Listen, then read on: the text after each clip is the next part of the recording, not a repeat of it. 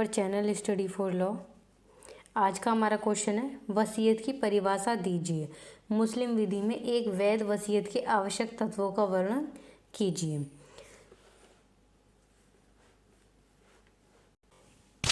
Define will.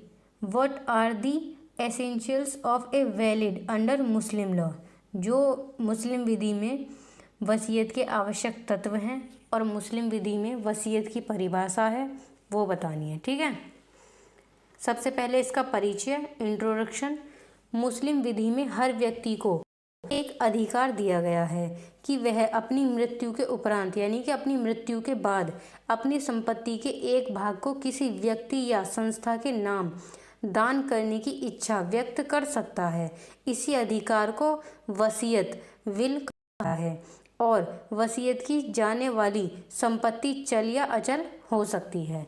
ठीक है, एक बात याद रखना कि जो ये वसीयत है ये तभी प्रभाव में आती है जब उस व्यक्ति की मृत्यु हो जाती है जो अपनी वसीयत को किसी के नाम पर करता है, यानी कि ये इफ़ेक्ट में तभी आती है जब मृत्यु हो जाती है। वसीयत मृत्यु से पहले इफ़ेक्ट में नहीं आती है, प्रभाव में नहीं आती है, किसी के नाम पर नहीं होती है। ठीक है, फिर है वसीयत की परिभाषा। मुस्लिम विधि के अनुसार वसीयत को विधिवेताओं ने अपने अपने अनुसार बताया है। सबसे पहले विधिवेता हैं मोहम्मदन मुल्ला। एक वसीयत वह साधन है जिसके माध्यम से कोई व्यक्ति अपनी संपत्ति का ऐसा निपटान करता है जो उसकी मृत्यु के बाद प्रभावी होता है। जो कोई व्यक्ति है वो अपनी संपत्ति का ऐसा निपटारा करने के लिए वसीयत करता है, किसी को देता है, जो उसकी मृत्यु के बाद प्रभावी होती है। उसकी मृत्यु के बाद उस व्यक्ति को वो वसीयत, वो संपत्ति मिलती है। फिर इसके बाद है हिदया के अनुसार वसीयत वह अधिकार है जो किसी व्यक्ति को किसी वस्तु, लाभ या संपत्ति में इस प्रकार दिया जाता है कि वह वसीयतनामा बनाने वाले की मृत्यु के बाद प्रभावी हो, यानी कि वसीयत बनाने वाले की मृत्यु के बाद उसको वो वसीयत मिल जाए। ठीक है, फिर है वसीयत के उद्देश्य। वसीयत एक प्रकार की विधिक घोषणा है जिसके द्वारा वसीयतकर्ता अपनी संपत्ति को अपनी मृत्यु के बाद अपनी इच्छानुसार उपभोग किए जाने हेतु अपने आशय यानी कि अपने इंटेंशन का संकेत करता है और वसीयत के माध्यम से व्यक्ति अपनी संपत्ति को व्यक्ति या संस्था को दे सकता है। अपनी जो संपत्ति है, कोई व्यक्ति अपनी संपत्ति को वसीयत के माध्यम से किसी व्यक्ति को दे सकता है, किसी संस्था को दे सकता है जो धार्मिक, सामाजिक या मानवता की सेवा में लगी हो। जैसे कोई स्कूल है, ठीक है, या फिर कोई अनाथालय है, या फिर कोई मंदिर है, या किसी भी ऐसी संस्था को दे सकती है जो सामाजिक या फिर मानवता की सेवा में लगी हो। ठीक है, फिर है वसीयत के पक्षकार यानी कि पार्टीज ऑफ ए बिल। जो वसीयत है उसमें कौन कौन पक्षकार होते हैं। पहला होता है वसीयतकर्ता, वसीयत को बनाने वाला जो अपनी संपत्ति को किसी को देता है। दूसरा होता है वसीयत प्राप्तकर्ता, जिसे वसीयत प्राप्त होती है, लेकिन वो वसीयत प्राप्त कब होती है, जब उसकी मृत्यु हो जाती है। किसकी? वसीयत बनाने वाले की। जिसे वसीयत द्वारा संपत्ति प्राप्त होती है उसे कहते हैं वसीयत प्राप्तकर्ता, वसी भी कहते हैं इसको। ठीक है, फिर है तीसरा है वसीयत की विषय वस्तु, जिस वस्तु को वसीयत के रूप में दिया जा रहा है। वस्तु है, संपत्ति है, कोई घर है, मकान है, दुकान है, या फिर कोई भी चल संपत्ति है, फिर कोई भी अचल संपत्ति है, उसका विषय वस्तु यानी कि वो वस्तु होनी चाहिए। सब्जेक्ट मैटर वह संपत्ति या अधिकार जो वसीयत का विषय है, चल या फिर अचल कोई भी संपत्ति। ठीक है, ये हैं वसीयत के पक्षकार। वसीयत में ये तीनों चीज़ें होनी चाहिए। ठीक है, इसके बाद है वसीयत एक पक्षीय घोषणा है जो व्यक्ति की मृत्यु के बाद प्रभावी होती है और वसीयत वसीयतकर्ता की मृत्यु तक रद्द की जा सकती है। अगर कोई व्यक्ति किसी के नाम पर कोई वसीयत करता है और अपनी मृत्यु से पहले उस वसीयत को वापस लेना चाहता है या फिर उसको ख़त्म करना चाहता है तो वो अपनी मृत्यु से पहले उसको कर सकता है, ठीक है। अर्थात वह विखंडनीय, रिवोकेबल होती है। जो वसीयत है वो रिवोकेबल होती है, विखंडनीय होती है, उसको खंडित किया जा सकता है। फिर है वैध वसीयत के आवश्यक तत्व। सबसे ज़्यादा पूछा जाता है आपसे, वैध वसीयत के आवश्यक तत्व बताइए। तो इसके जो वैध वसीयत के आवश्यक तत्व हैं वो हैं मुस्लिम हो। सबसे पहला है तत्व कि जो व्यक्ति है जो वसीयत को कर रहा है किसी के नाम, वो मुस्लिम होना चाहिए, क्योंकि यह इस्लामी विधि के अधीन है। क्योंकि हम प्रॉपर्टी मुस्लिम विधि की किसी के नाम कर रहे हैं तो उस व्यक्ति को मुस्लिम होना चाहिए। दूसरा, बालिग हो, मेजर, यानी कि उसकी जो उम्र है वो 18 से प्लस हो। लड़की की 18 से प्लस हो और लड़के की 21 से प्लस हो। फिर है सक्षम हो, यानी कि मानसिक रूप से वो स्वस्थ हो, साउंड माइंड हो। फिर है स्वयं की सहमति हो, यानी कि उस व्यक्ति की खुद की सहमति होनी चाहिए, स्वेच्छा से वसीयत को करे, वो किसी के दबाव में, धोखे से या फिर भ्रम में रहकर वो वसीयत को किसी का नाम ना करे। अगर ऐसा करता है तो वसीयत अवैध हो जाएगी, वो मानी नहीं जाएगी। फिर इसमें एक केस है आमिर हसन बनाम मोहम्मद सफ़ी। इस मामले में वसीयतकर्ता जो मोहम्मद सफ़ी हैं, एक वृद्ध व्यक्ति था जिसने अपनी संपत्ति का एक हिस्सा अपने एक रिश्तेदार को देने की वसीयत की थी, परंतु मृत्यु से ठीक पहले वह मानसिक रूप से अस्थिर था, ठीक है। मृत्यु से पहले उसका जो मानसिक संतुलन था वो ठीक नहीं था। वारिसों ने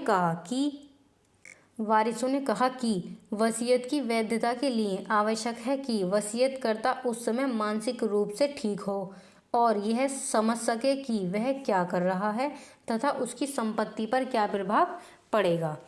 जब उस व्यक्ति ने अपनी संपत्ति को किसी रिश्तेदार के नाम कर दिया, उसके बाद जो उस संपत्ति के उत्तराधिकारी थे, जो वारिस थे, उन्होंने कहा कि जिस वक्त इन्होंने इस संपत्ति को इसके नाम किया था तब ये मानसिक रूप से स्वस्थ नहीं थे, ठीक नहीं थे, ठीक है, इसलिए ये वसीयत वैध नहीं है, ठीक है।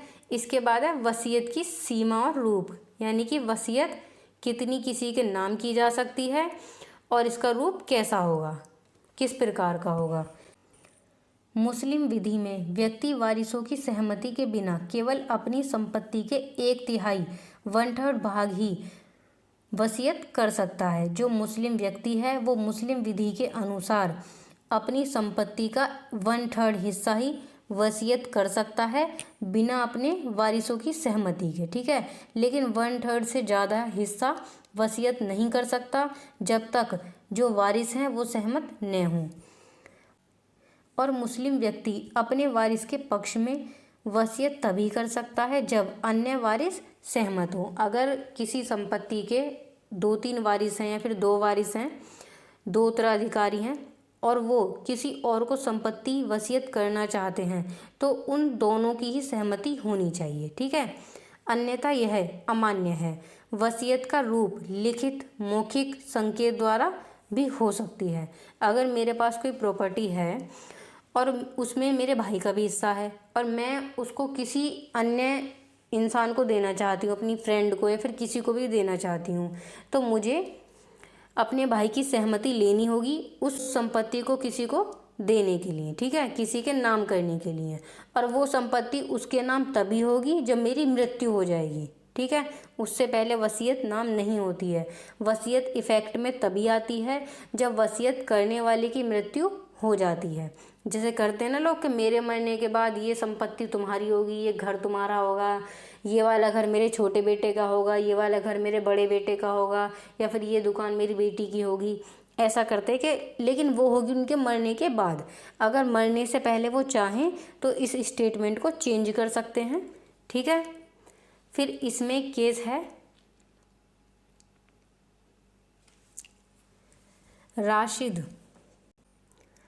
राशिद अहमद बनाम अनीसा खातून। 1932 का ये केस है, 1932 का। राशिद अहमद ने अपनी पत्नी अनीसा खातून के पक्ष में अपनी संपत्ति की वसीयत कर दी थी। वसीयत में उसने अपनी पूरी संपत्ति यानी कि 1/3 1/3 हिस्से से अधिक हिस्सा अपनी पत्नी के नाम कर दिया था या फिर की थी। संपत्ति के अन्य वारिसों ने, जैसे उसके पुत्र ने इस वसीयत का विरोध यह कहते हुए किया कि मुस्लिम व्यक्ति अपनी संपत्ति के केवल 1/3 भाग ही वसीयत कर सकता है। ठीक है। इसके बाद प्रीवी काउंसिल ने निर्णय दिया कि मुस्लिम विधि के अंतर्गत कोई भी व्यक्ति अपनी संपत्ति के केवल 1/3 1/3 भाग ही वसीयत कर सकता है और यदि वसीयत उस सीमा से अधिक हो तो शेष भाग तभी वैध होगा जब सभी वारिस सहमत हों। ठीक है। एक पति ने अपनी पत्नी के नाम सारी संपत्ति कर दी थी। ठीक है, उसके नाम वसीयत कर दिया था, लेकिन उसके बाद उसके जो पुत्र थे, जो उसके अन्य वारिस थे संपत्ति के, उन्होंने विरोध किया कि कोई भी मुस्लिम पुरुष अपनी संपत्ति का सिर्फ 1/3 हिस्सा ही किसी के नाम कर सकता है, पूरी की पूरी संपत्ति दे नहीं सकता, ना दान कर सकता है, 1/3 ही दे सकता है। अगर वो 1/3 से ज़्यादा देना चाहता है, 1/3 से ज़्यादा देना चाहता है, तो उसको सभी वारिसों की सहमति लेनी होगी। फिर है इसके बाद वसीयत की वैधता के लिए साक्ष्य।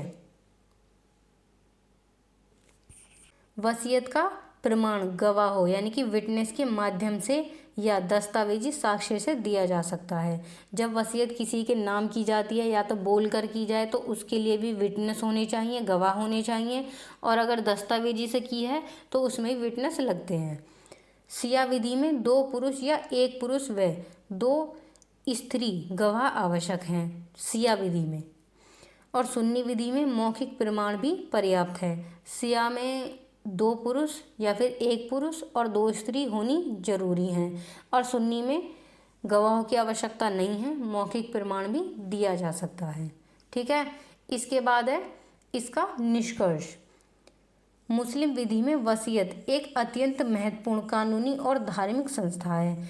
यह व्यक्ति को अवसर देती है कि वह अपने जीवन के बाद भी अपनी संपत्ति का उपयोग समाज, धर्म, परिवार या जन कल्याण के लिए कर सके, किंतु इसमें कुछ सीमाएं भी लगाई गई हैं, जैसे कि 1/3 संपत्ति तक ही वसीयत करना। ठीक है, ये इसकी सीमा है, 1/3 याद रखना इस चीज़ को। इसके बाद देख लेते हैं इसके कुछ की पॉइंट्स जो मैंने बताए हैं कि आप इस तरीके से इसको याद कर सकते हो, इस तरीके से इसके शॉर्ट नोट्स बना सकते हो। सबसे पहले है इसमें इसका परिचय, जिसमें आपको 2-3 चीज़ें याद रखनी है, जैसे कि मुस्लिम विधि के अनुसार कोई व्यक्ति अपनी मृत्यु के बाद अपनी संपत्ति की वसीयत करने की इच्छा व्यक्त करता है और इसी अधिकार को क्या कहा गया है? वसीयत। ठीक है। और वसीयत जो है चल और अचल हो सकती है, यानी कि चल संपत्ति और अचल संपत्ति हो सकती है। फिर है इसकी परिभाषा। इसकी परिभाषा विधिवेताओं ने अपने अपने अनुसार दी है, जिसमें मोहम्मदन मुल्ला कहते हैं कि जो वसीयत है वो अपनी संपत्ति का निपटारा कुछ इस प्रकार किया जाता है कि वह व्यक्ति की मृत्यु के बाद प्रभावी होती है। ठीक है। फिर है हिदया, जिसमें उन्होंने कहा है कि कोई व्यक्ति अपनी संपत्ति किसी अन्य व्यक्ति को इस लाभ से इस प्रकार से देता है कि वह उसकी मृत्यु के बाद उसका उपयोग कर सके। ठीक है। इसी तरह से इसकी डेफिनेशन है। आपको सिर्फ 2-3 चीज़ें याद रखनी है, बाकी डेफिनेशन आप अपने अकॉर्डिंग भी लिख सकते हो, लेकिन इन 3-4 पॉइंट को याद रखना। ठीक है। फिर इसके बाद है वसीयत के उद्देश्य। वसीयत के उद्देश्य में कहा गया है कि मुस्लिम विधि के अनुसार जो वसीयत है उसका मुख्य उद्देश्य है विधिक घोषणा, यानी कि मुख्य उद्देश्य है विधिक घोषणा करना, जिसमें कोई व्यक्ति अपनी मृत्यु के बाद अपनी संपत्ति का उपभोग करने की इच्छा विल द्वारा यानी कि वसीयत द्वारा करता है। ठीक है। फिर इसके बाद है वसीयत के पक्षकार यानी कि पार्टीज ऑफ ए बिल, जिसमें कौन होने जरूरी है? वसीयतकर्ता, वसीयत को बनाने वाला। इसको अगर आप थोड़ा सा और डिफाइन करना चाहो तो आप लिख सकते हो, मुस्लिम विधि के अंतर्गत वसीयतकर्ता को कहा जाता है वसीयत बनाने वाला। ठीक है। फिर है वसीयत प्राप्तकर्ता। जिस व्यक्ति को मुस्लिम विधि के अनुसार वसीयत प्राप्त होती है उसे कहा जाता है वसीयत। फिर है वसीयत की विषय वस्तु। वसीयत के लिए विषय वस्तु होनी चाहिए। संपत्ति चल और अचल दोनों हो सकती है। ठीक है। फिर है वैध वसीयत के आवश्यक तत्व। कोई भी वसीयत अगर वैध करनी है, वैध होती है, तो उसके लिए ये आवश्यक तत्व होते हैं, कि पहला वो व्यक्ति मुस्लिम हो जो वसीयत को कर रहा है, क्योंकि हम मुस्लिम विधि पढ़ रहे हैं तो उसमें उस व्यक्ति को मुस्लिम होना चाहिए। दूसरा वो बालिग हो यानी कि वो मेजर हो, वो 18 प्लस हो, लड़की हो तो 18 प्लस हो, लड़का हो तो 21 प्लस हो। ठीक है। फिर है सक्षम हो, मानसिक रूप से स्वस्थ हो, अस्वस्थ ना हो। ठीक है, मानसिक रूप से वो ठीक होना चाहिए। और स्वतंत्र सहमति यानी कि उसकी स्वयं की खुद की सहमति होनी चाहिए। दबाव में, धोखे से या फिर भ्रम में सहमति ना ली गई हो। ठीक है। फिर है इसके बाद इसमें एक केस था आमिर हसन बनाम मोहम्मद शफी, 1889 का एक केस है, जिसमें एक वृद्ध व्यक्ति यानी कि एक बूढ़ा व्यक्ति था जिसने अपने रिश्तेदार के नाम पर अपनी संपत्ति को वसीयत के रूप में किया था, लेकिन मृत्यु से पहले वो अस्थिर था यानी कि वो मानसिक रूप से ठीक नहीं था। बाद में वारिसों ने यह विवाद उठाया कि जिस व्यक्ति ने वसीयत की है वो मानसिक रूप से ठीक नहीं था, तो इस संपत्ति को, इस वसीयत को वैध नहीं माना जा सकता। ठीक है। फिर इसके बाद है वसीयत की सीमा और रूप, यानी कि कोई भी व्यक्ति अगर अपनी संपत्ति को वसीयत करता है, किसी के नाम पर वसीयत करता है, किसी को देता है, तो वो अपनी संपत्ति का 1/3 1/3 हिस्सा ही दे सकता है, 1/3 हिस्सा ही नाम कर सकता है। और अगर उसको इससे ज़्यादा करना है तो उसके जो वारिस हैं उनकी सहमति होनी चाहिए। वसीयत लिखित और मौखिक हो सकती है और संकेत द्वारा भी बताया जा सकता है। ठीक है।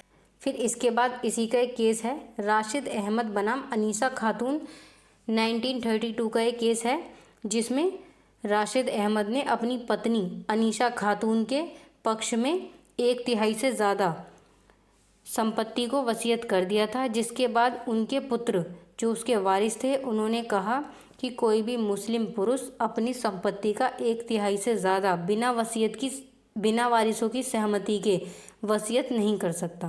फिर प्रीवी काउंसिल ने कहा कि कोई भी मुस्लिम पुरुष मुस्लिम विधि के अनुसार अपनी संपत्ति का 1/3 से ज़्यादा वसीयत या फिर दान नहीं कर सकता। अगर उसको 1/3 से ज़्यादा वसीयत करनी है, अपनी संपत्ति किसी को देनी है, तो उसमें जो उसके अन्य वारिस हैं उनकी सहमति होना आवश्यक है। ठीक है। फिर है वसीयत की वैधता के लिए साक्ष्य, विटनेस।